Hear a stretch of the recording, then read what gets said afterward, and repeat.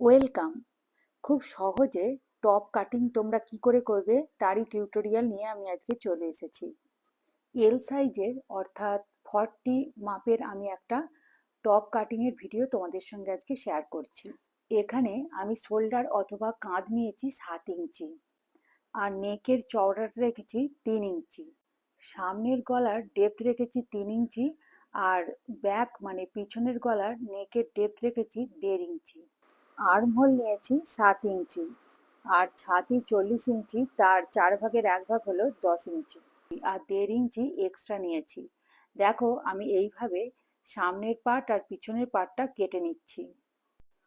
কোমর হিপ আমি আলাদা করে আর কোনো মাপ দিইনি, কেননা কোমরেতে আমি ডাট লাগাবো আর এর লেন্থটা 18 ইঞ্চি করেছি, তাই আমি হিপেরও কোনো মাপ দিইনি।